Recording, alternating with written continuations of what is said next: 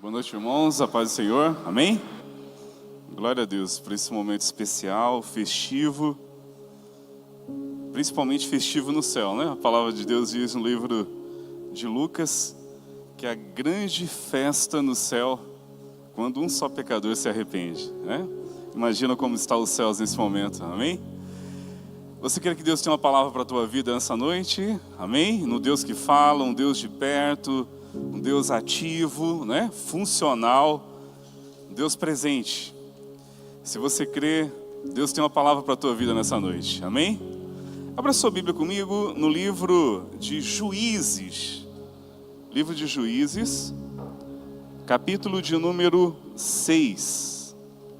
Livro de Juízes, capítulo de número 6.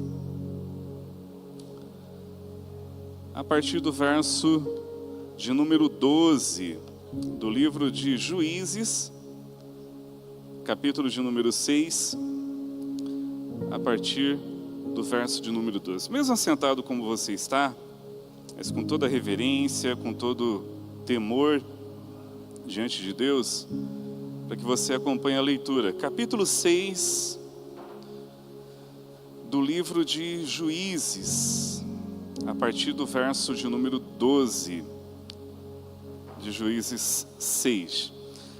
A palavra que Deus colocou no meu coração, a gente ter uma reflexão sobre a maneira de Deus trabalhar quando Ele quer executar um propósito na vida de alguém e através de alguém. A gente é movido por propósitos e Deus é um Deus de propósito, um Deus que não para de trabalhar, de mover, é um Deus que tem sempre algo para fazer, para realizar.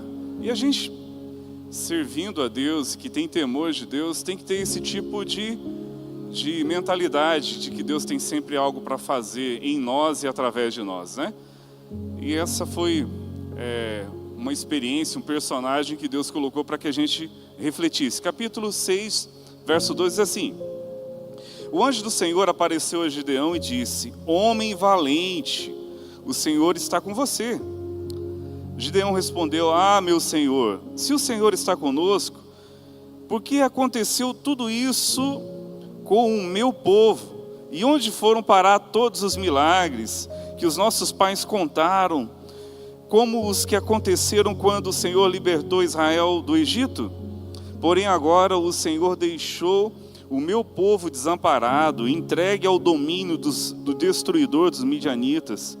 Então disse o Senhor: com essa força que você tem, avante, liberte Israel do poder dos midianitas, sou eu quem o está enviando para essa missão. Gideão respondeu, porém, Senhor, como posso livrar Israel? O meu grupo de famílias é o mais pobre da tribo de Manassés, e na minha família eu sou o mais insignificante. E isso respondeu o Senhor: eu estarei com você. Por isso você vai destruir rapidamente os bandos midianitas como se fosse um só homem. Respondeu Gideão: se de fato vai me ajudar desse jeito, e se é certo que eu estou mesmo falando com o Senhor, faça algum sinal para provar que é o Senhor que está falando comigo. Peço, porém, que espere aqui enquanto eu vou buscar uma oferta para oferecer ao Senhor. Respondeu o Senhor: esperarei até você voltar. Gideão foi para casa e preparou um cabrito e bolos sem fermento, usando para isso mais de 20 quilos de farinha. Colocou a carne em uma cesta, o caldo numa panela, levou tudo ao lugar onde estava a sombra do carvalho e lhe ofereceu tudo o que tinha preparado. Mas o anjo de Deus disse: coloque a carne e os bolos nessa pedra, derrame em cima o caldo. Ele obedeceu. Então o anjo do Senhor tocou na carne e nos bolos com a vara que trazia. Imediatamente subiu fogo da rocha e consumiu tudo, e subitamente o anjo do Senhor desapareceu de vista. Quando Gideão viu que era de fato o anjo do Senhor, exclamou: ai de mim, Senhor Deus, pois vi o anjo do Senhor face a face. Que a paz seja com você. Disse o Senhor: não tenha medo, você não vai morrer por causa disso. Gideão construiu um altar ali e deu a ele um nome, e o Senhor é a paz. Esse altar ainda está lá em Ofra, no território da família de Abisrerita. Somente até aqui. Oremos novamente. Querido Deus, Pai Todo-Poderoso, bendito, santo, é a Tua palavra, meu Deus, pura, simples, objetiva, mais cortante do que espada afiada. Ela tem o poder de penetrar no mais profundo da nossa alma, no mais profundo do nosso coração e produzir o efeito desejado, aquilo que o Senhor anela, aquilo que o Senhor deseja, em nome do Senhor Jesus. Amém e amém. Mantenha a sua Bíblia aberta para você estar acompanhando aqui. Antes da gente descrever um pouquinho dessa história aqui, rapidamente, afirmar aqui alguns pontos, alguns fundamentos, né? Quando se diz respeito a propósitos que Deus tem para realizar, é uma coisa muito particular, muito pessoal, muito íntima, entre a pessoa e Deus. Então, é praticamente impossível algum ministrante, algum pregador indicar para você o que você deve ou não realizar, é muito pessoal. Ainda tem a questão da dinâmica, da diferença, aquilo que pode ser muito importante para mim, assim como algo realizador, maravilhoso, para outra pessoa pode não ter importância. Então é muito particular, muito pessoal. A gente meditou um outro dia, né, sobre essa questão de que o propósito para cada pessoa realizar aquilo que ela quer realizar, isso parte de dentro dela, geralmente já está dentro dela, ela só liga os pontos quando ela vai orar e vai colocar diante de Deus. O Espírito de Deus apenas liga os pontos dentro da cabeça dela, do coração dela, daquilo que ela tem para fazer, mas geralmente está dentro da pessoa mesmo. Então, primeiro, ele é pessoal, é particular, e também por conta da dinâmica, da importância, que só cada um vai saber o quanto é importante aquilo. Outro detalhe, propósito de Deus não tem idade? Não tem idade. A palavra diz no livro dos Salmos, que até mesmo as pessoas de idade avançada darão frutos como planta nova. O reino de Deus é tão maravilhoso, é tão glorioso, que definitivamente Ele tem propósitos para a vida de todas as pessoas. É algo assim fantástico, desde a criança, adolescente, jovem, meia-idade, maturidade, né, na velhice. Deus é um Deus extremamente dinâmico e de propósitos. Então, aqui temos uma experiência vivida por um personagem muito conhecido, chamado Gideão, que vai nos ensinar aqui algumas reflexões a respeito do trabalhar de Deus, quando Ele vai conduzir uma pessoa para a realização de um propósito. E esse propósito era de Deus, primeiramente, também estava no coração de Gideão. A gente vai refletir nessa história rapidamente, para a gente estar orando depois, a respeito dos trâmites de Deus, a maneira que Deus conduz uma pessoa para a realização de um propósito. Isso nos edifica, nos ajuda bastante a gente se situar pessoalmente pela direção de Deus e da sua palavra. Vou resumir um pouquinho da história. Israel está vivendo um momento dificílimo por conta da desobediência, do afastamento de Deus, e num período de 7 anos, a Bíblia descreve isso, estavam subjugados na mão dos midianitas. A opressão era tão grande, mas tão grande, que o povo de Israel estava vivendo nesse período debaixo de medo, dominado por medo. O medo era tanto, mas tanto, que eles construíram cavernas nas montanhas. Então eles saíam, quando eles não viam rumores dos midianitas, para malhar a comida, o trigo. E quando eles viam rumores, eles saíam correndo, se escondiam dentro das cavernas, dentro dos buracos, né, feitos nas montanhas, de tanto medo. E a situação era tão complicada que quando eles faziam as suas plantações para tirar a sua subsistência, a sua comida, os midianitas, a Bíblia diz, eles vinham como gafanhotos, detonava com tudo, furtava, destruía o resto. Era um período muito triste, muito difícil para Israel, um dos momentos mais complicados. Gideão era uma pessoa que era um israelita que estava no meio dessa situação toda, mas era uma pessoa insistente, esforçada. Ele não desistia, mesmo rodeado de um monte de limitações, né, do medo, da opressão, aquela coisa toda. Ele era muito trabalhador, esforçado, né, dedicado, e fazia isso. Ele malhava o trigo, saía correndo para as cavernas, malhava o trigo, saía correndo para as cavernas quando os midianitas chegavam. Um belo dia, Deus, com um critério dele particular, escolheu Gideão para a realização da libertação do seu povo. Então ele se manifestou a Gideão numa teofania, né? Teofania é Deus adquirindo forma humana para se manifestar para uma pessoa, algo que acontecia com uma certa frequência no Antigo Testamento. Então Deus, nessa forma corpórea, se manifesta a Gideão dizendo: varão valoroso. E Gideão, mesmo diante de uma experiência maravilhosa, diante do próprio Deus, ali em formato humano na frente dele, ele não perde a chance de expor ali a sua revolta. Mas se o Senhor é conosco, mas por que está acontecendo tudo isso com a gente?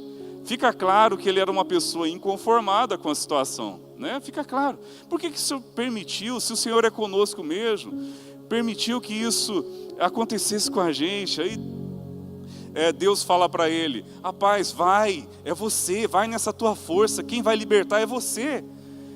E Gideão, já claro, castigado por tanto sofrimento, por tanto medo, tanta opressão, ele fala para Deus: então se é o Senhor mesmo que está aí, o Senhor me permita, né, que o Senhor me dê um sinal para saber que é o Senhor mesmo. Olha que situação que chega a parecer cômica. Ele falou: então me espera aí que eu vou preparar lá uma oferenda e eu quero saber se é o Senhor mesmo. Ele foi lá, preparou um cabrito, né, e preparou ali um caldo, preparou um monte de coisa, um punhado de farinha, era bastante farinha. E quando ele chega na presença de Deus ali, Deus ainda fala: olha, joga o caldo por cima, né? Joga o caldo por cima da comida e da farinha toda, ou seja, dá uma molhada, capricha aí, né? Que já que você pediu um sinal, né? Deus toca então naquela oferenda, pega fogo, desaparece na mesma hora, e ele pensou: puxa, é Deus mesmo que está aqui. Ele: Senhor, Deus tem misericórdia, então eu vou morrer, porque eu vi a tua glória. Ele falou: não, fique tranquilo, você não vai morrer. Ele então foi embora. Desde então, a partir desse momento, começa a desenrolar ali o manto, como diz o linguajar, né, pentecostal, o manto das canábrias, começou a desenrolar. E as coisas começaram a acontecer, começou a adquirir mais forma ainda aquilo que Deus estava prestes a fazer. Depois disso, né, Deus dá uma ordem a Gideão, através de um homem de Deus, dá uma ordem para ele: olha, você vai lá, e a ordem que eu te dou, você vai destruir o altar feito por Baal, feito a Baal. Ou seja, o território de judeus estava tomado, né, pelos midianitas, que cultuavam um deus pagão chamado Baal, que construiu um altar exatamente em território de Deus ali. E Deus deu uma ordem: você vai destruir aquele altar. Gideão juntou ali os seus funcionários, os seus servos, num horário à noite que ninguém estava vendo. Isso tipo, se você faz isso, você vai deixar os midianitas ainda mais irritados, e a gente vai sofrer ainda mais. Para mim, representa a mediocridade, as pessoas que se acostumaram com aquela condição, e quando eles veem alguém inconformado, interpreta essa pessoa como se ela fosse um inimigo. O conformismo, a acomodação da maioria das pessoas, quando vê alguém inconformado, isso passa a ser uma coisa que irrita, ao invés de ser o contrário. Então, eles ameaçaram Gideão: olha, se você fizer isso, a gente vai te matar, porque, em outras palavras, a minha interpretação era de que eles estavam com medo de que Gideão irritasse os midianitas. E prossegue a história. Na continuidade, Gideão fala assim: mas será que Deus está comigo mesmo? Será? E olha o que ele faz. Ele chega para Deus: Senhor, eu quero mais um sinal. Mais um. É o seguinte, eu vou colocar um chumasco de lã no meio da relva, né? No meio aqui da neblina, no meio da relva.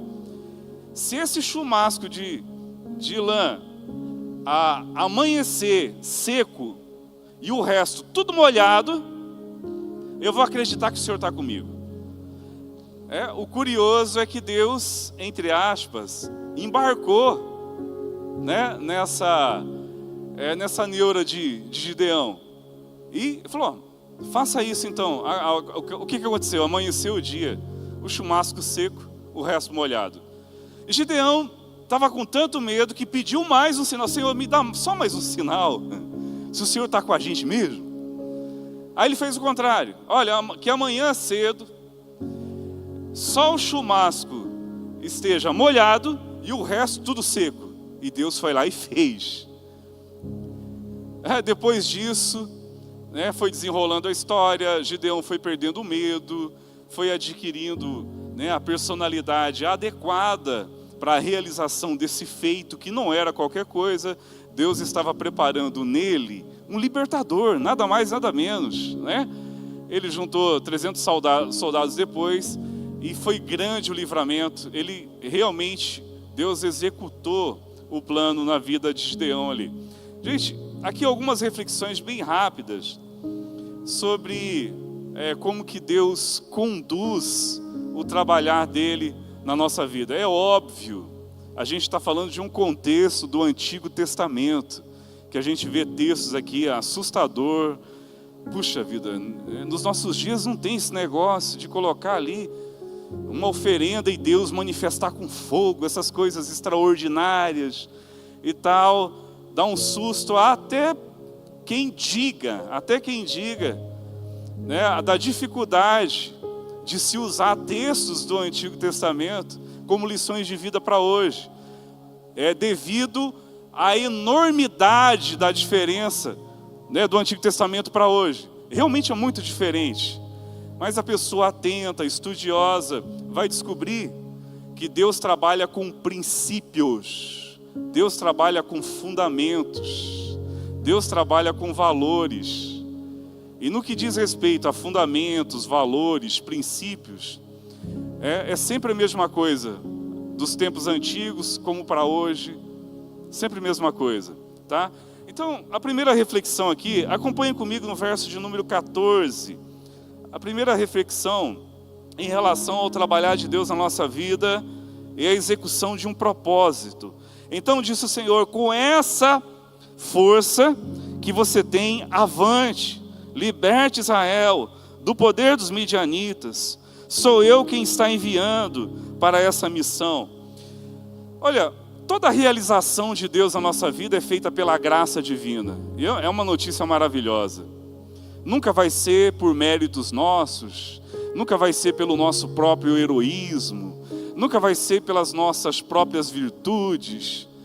Toda a realização é por isso que é sempre bom a gente estar com o coração aberto, disposto a acreditar de que Deus é capaz de fazer qualquer coisa e que qualquer coisa é possível acontecer com qualquer pessoa quando está diante de Deus.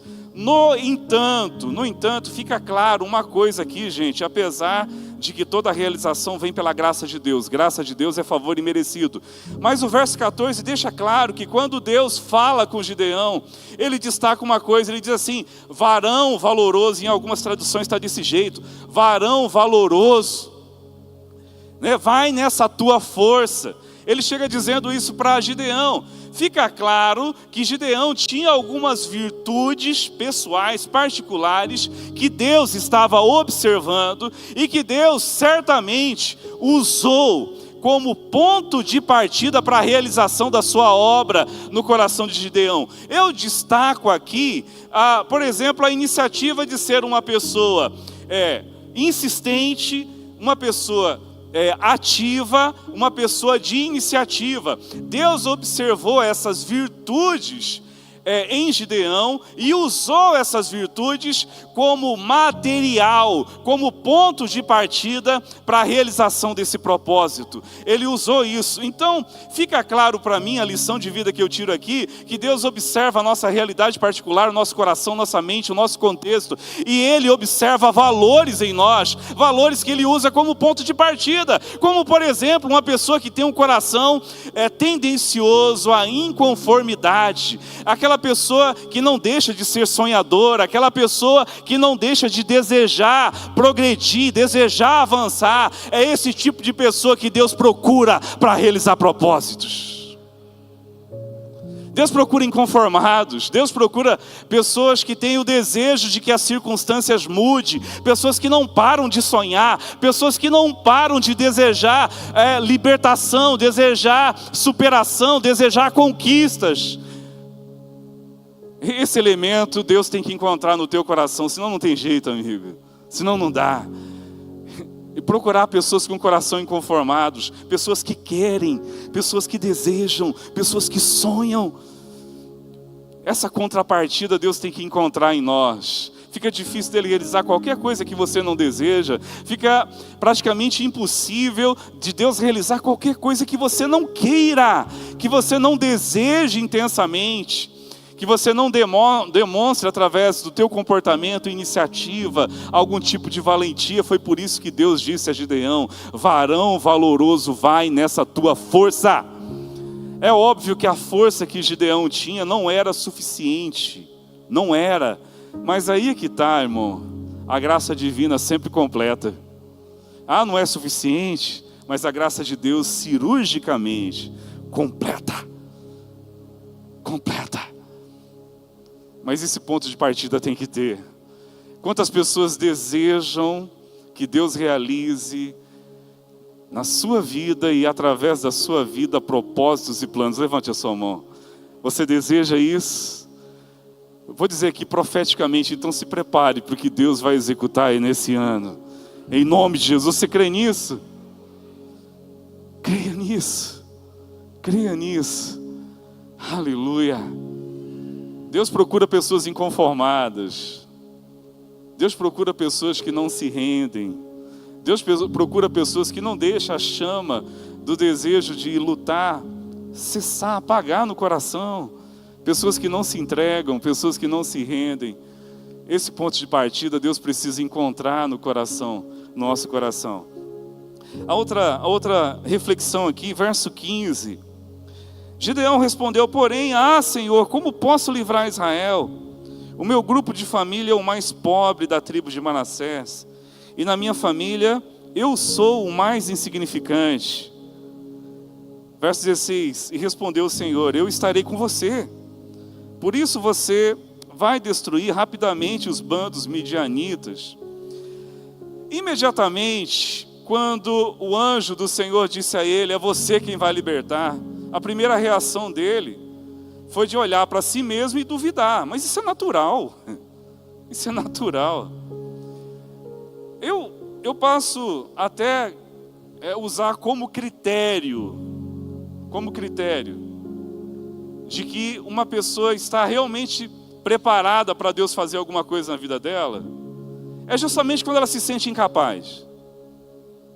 Sabe?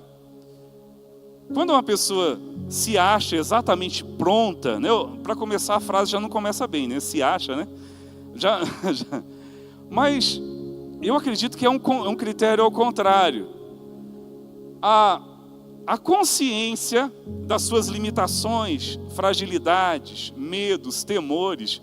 Alguns teólogos, quando eu estava pesquisando esse texto, há quem diga que exatamente esse sentimento de incapacidade foi que fez com que Deus fosse atraído pela vida de Gideão.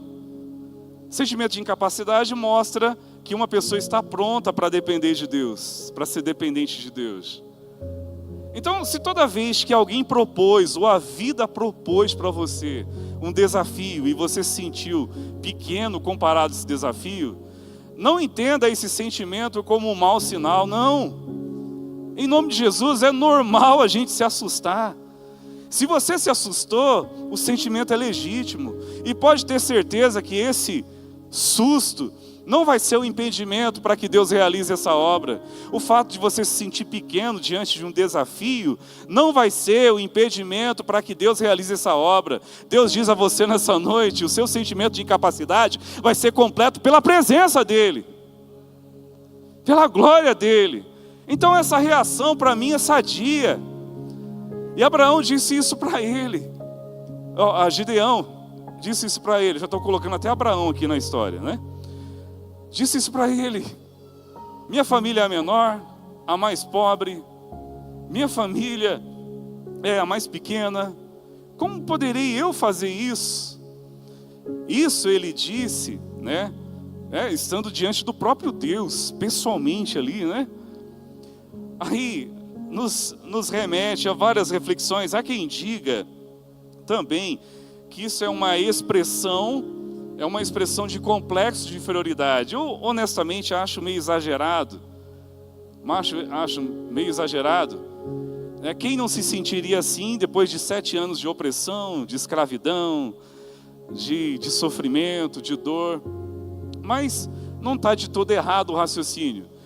O complexo de inferioridade leva a pessoa a se ver com um ponto de negatividade exagerado. Então, geralmente o pessimista ele acha que ele é realista, mas na maioria das vezes ele não é realista. Porque se tem possibilidades de realizar alguma coisa e ele não enxerga essas possibilidades, ainda que elas sejam pequenas, ele não dá conta de enxergar essas possibilidades, o complexo hipervaloriza as dificuldades e hiper diminui, nem sei se diz essa palavra, acabei de inventar agora, vamos colocar no dicionário da língua portuguesa, Ele hiper diminui aquilo que existe de coisas concretas que poderia dar a ele a possibilidade de vencer. Então ele diminui demais aquilo que tem de bom. Em toda situação sempre tem possibilidade, sempre tem.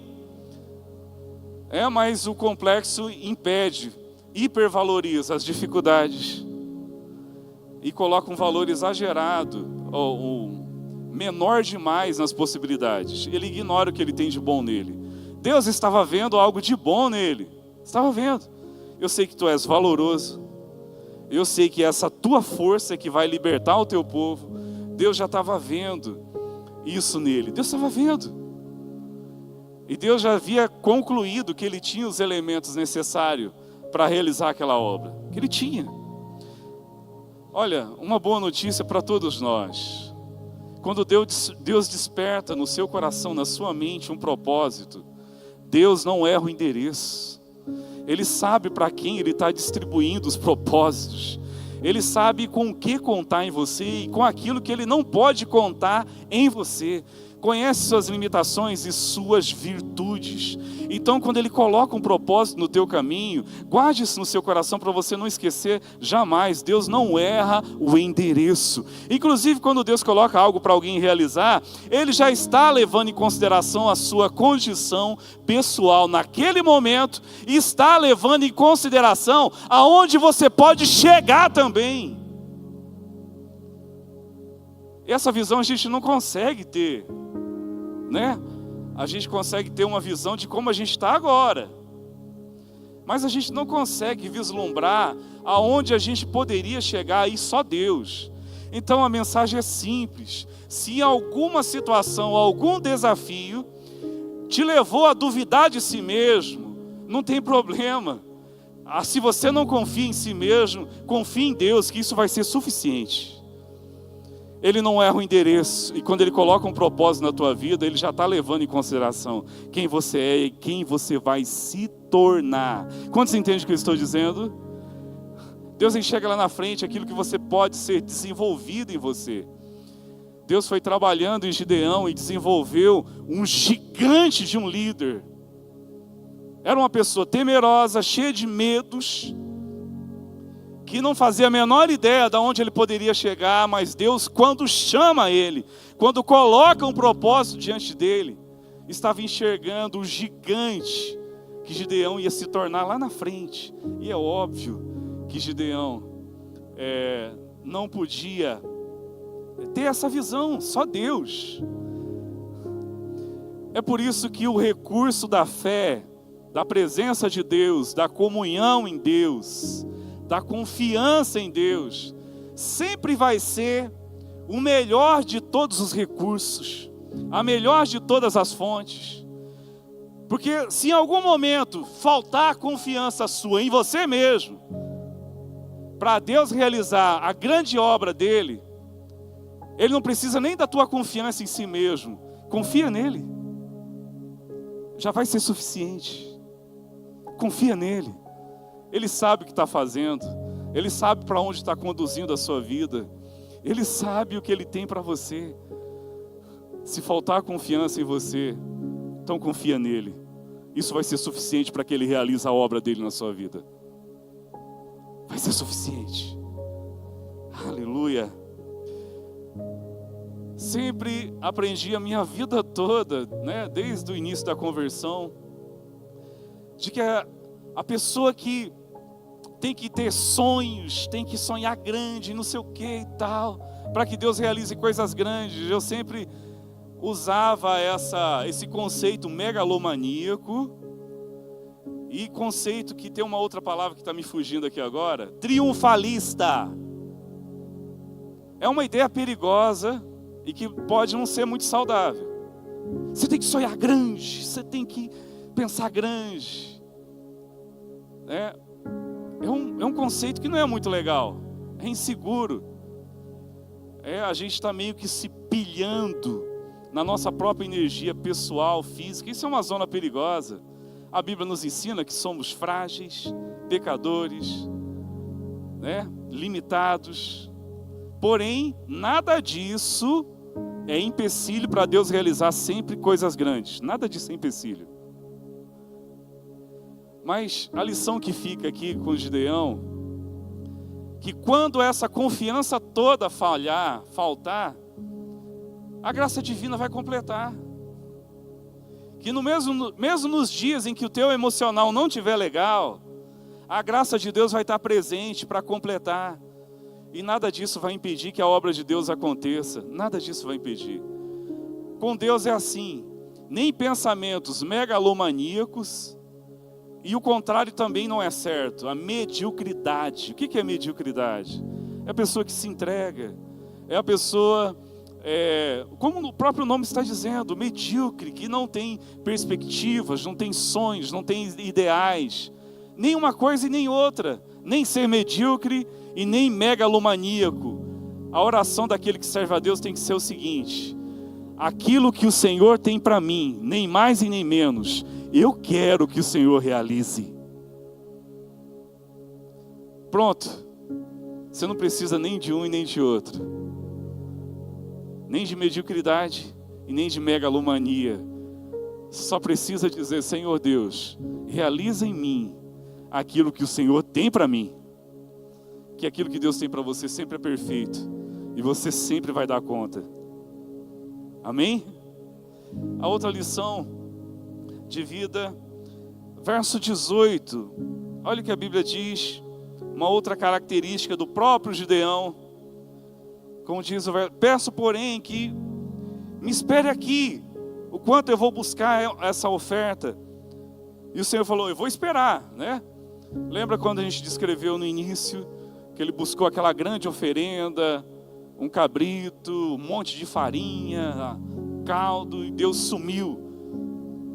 Deu o primeiro sinal porque Gideão pediu. Aí Gideão lá na frente: eu preciso de mais um sinal.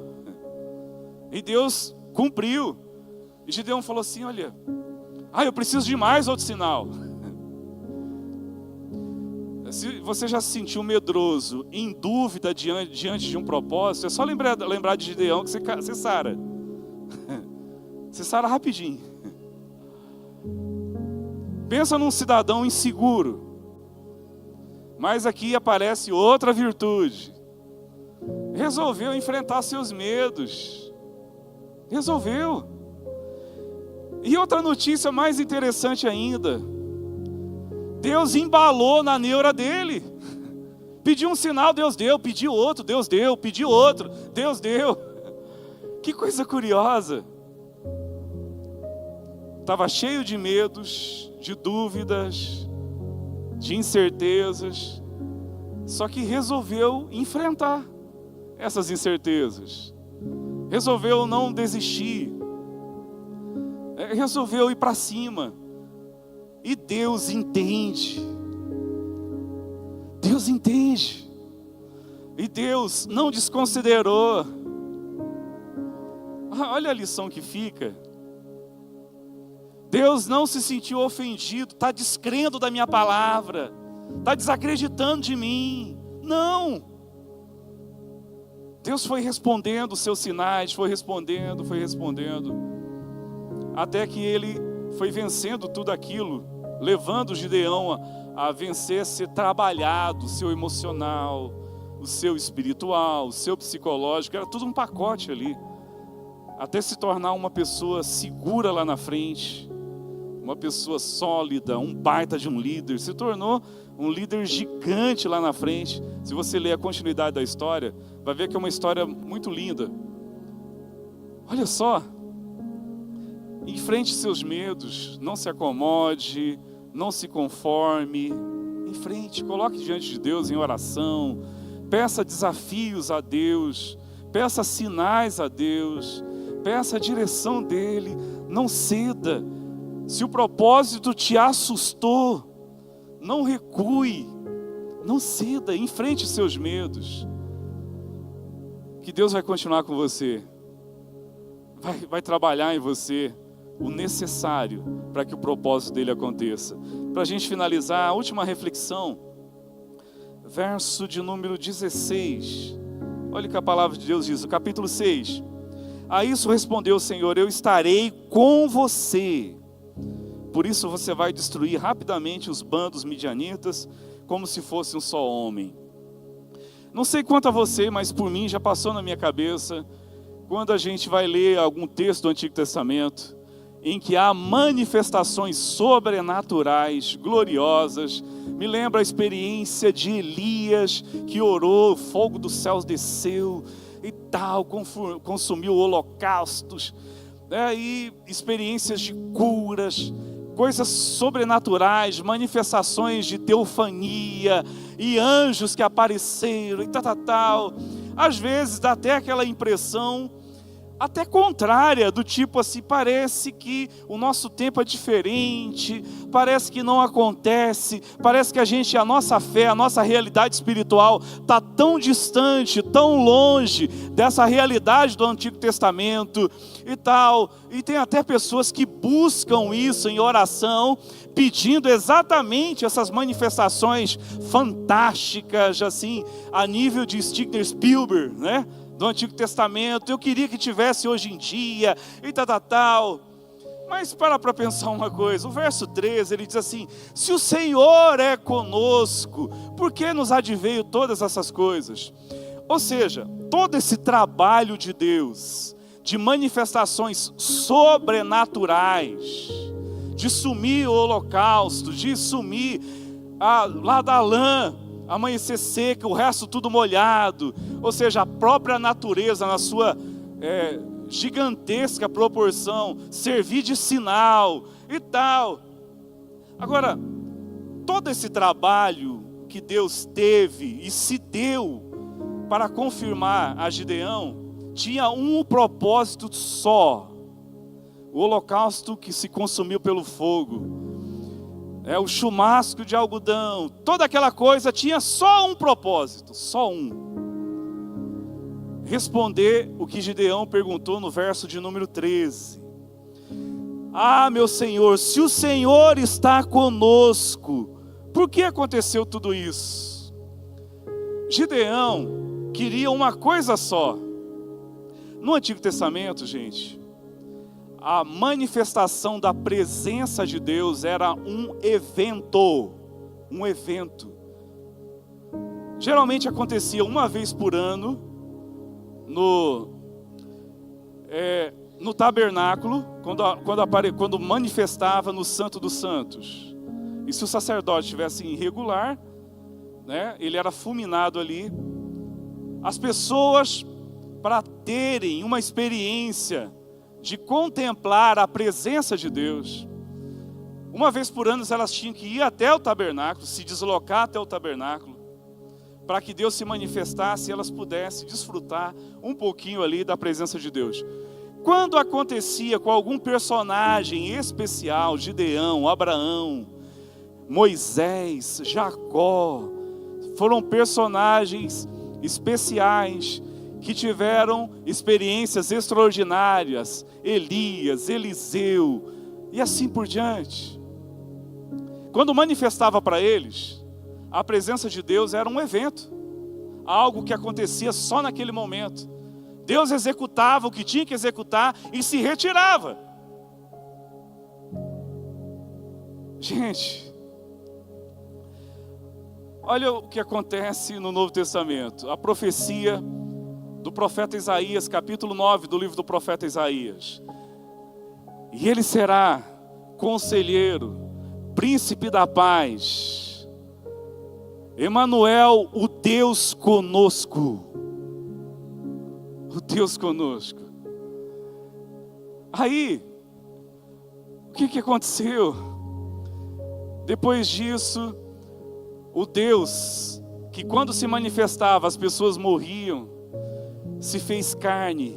O verbo que se fez carne habitou entre nós, se aproximou de maneira total, adquirindo forma humana, se encarnou, esteve entre nós, realizou aqui a sua obra, andou entre os homens, e na hora de se retirar para o céu, ele falou: eu vou, mas virá outro que se equivalia a ele, o mistério da Trindade. Eu irei, mas virá outro, o Espírito Santo, e quando ele vier, ele estará convosco e estará em vós. Ele subiu aos céus, o Espírito Santo desceu no dia de Pentecostes.